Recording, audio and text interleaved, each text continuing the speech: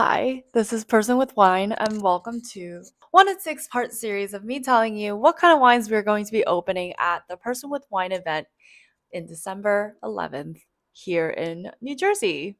Yay! The first wine I want to present is a really special one, and I'll tell you all about it.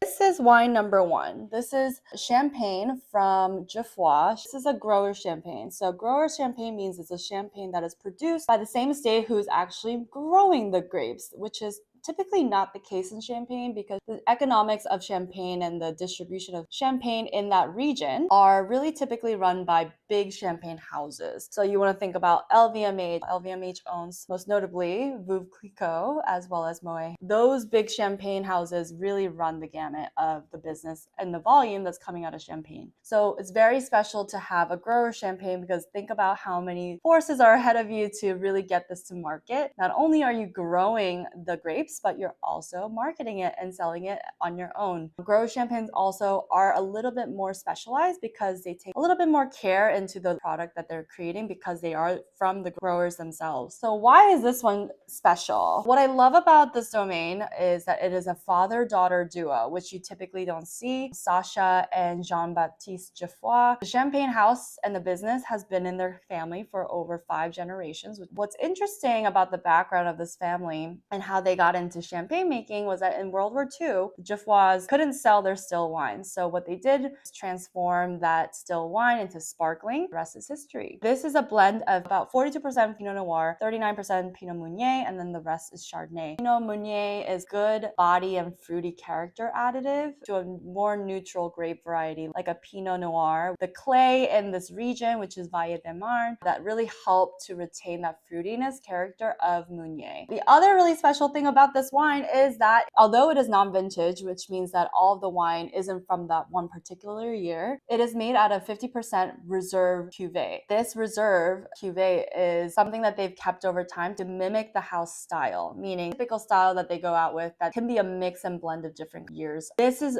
made out of reserve cuvee that actually stems back to 1970s. So it's one of the most concentrated, focused, and perhaps because of its age, I have not tasted this yet and we will open it at the event.